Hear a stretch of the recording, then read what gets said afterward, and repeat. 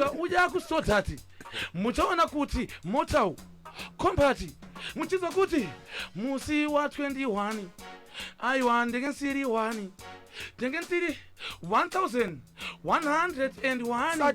saka imimi musaware kozi vanhu vese vekumbare kuchange kune mufaro kumbare tichafara musamaka samarevhurenze let me speak terere maspikazi ndikatanga kurepa wazipatapata sata kunzi slippers marasata kunzi finas manirasata kunzi dipazi tabeta pamatakshop tichimedza manigazi tastedi zvanyublazi ndokupisa nemabhazi maremndonyora mmepo iwewe unonyorera pasi chinhu chega chaunogona kuchakuzoti unohwira pasi ndokupisa kafunga kuti uri kurana heo selasi ndokuponda musoro kozi yaye snake in the grass mabhebha anoziva uri dofa kubate mabhebhe klasi manje nini pamabhebhi wangu nditori neprazi handita zvirwere mwari kundiprotekta munhu achachibwido pamwe chete namujibha kutanga kwacho kwatimbopetakadhibha handinoziva ndaitobva kukaribha mumwe achichemerera kokwapayidzwa saka ndakasvika ndichibva ndamudhinda akabva angodzvimba ndakamusiya achibhlidha kubva ndamuratidza kuti ndiri lidha panhangu Stop it right there! Thank you.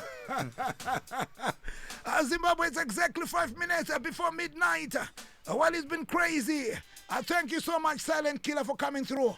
Yo, T Gonz. Yo, Bomb Kuru. And shouts for Zimdance when you kubatana kwa wari kuhita, guys. Dosaka ma shows are kuzara. We are so proud of you, guys. Yeah, Ana Blood, Silent Killer, kubatana kuhita Zimdance waka. Ndo kuzara kunenga kaita mswat 21 September. Irregardless, ma beefs anenga cheat kwa gadzra music and to entertain the fans. Isusu kuzimi hip hop to bigger Zimdance wakozi yakabatana. And there's no tangira pa wanu wakaita semi mkuru Templeman. Na wakaita sana Ethaton. Ma Zimbabweans are kufara ne the Zimdance movement. And we are proud of you guys.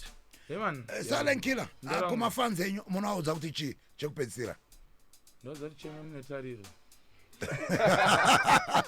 Thank you so much Zim Shoko Matorinzwa. Well, it's been blessing. Tinosangana musi wa 21. My name is Godfatha Templeman, the ghetto president. Big up enough respect to Mbida for coming through. Big up the one Janos, Rexton, big up yourself. Manager our blood, thank you so much for passing through. It's maddest time. Yo, Tanaman, courtesy of Chief. Can you give me some Silent Killer? Just squeeze in one tune from the one and only Silent Killer.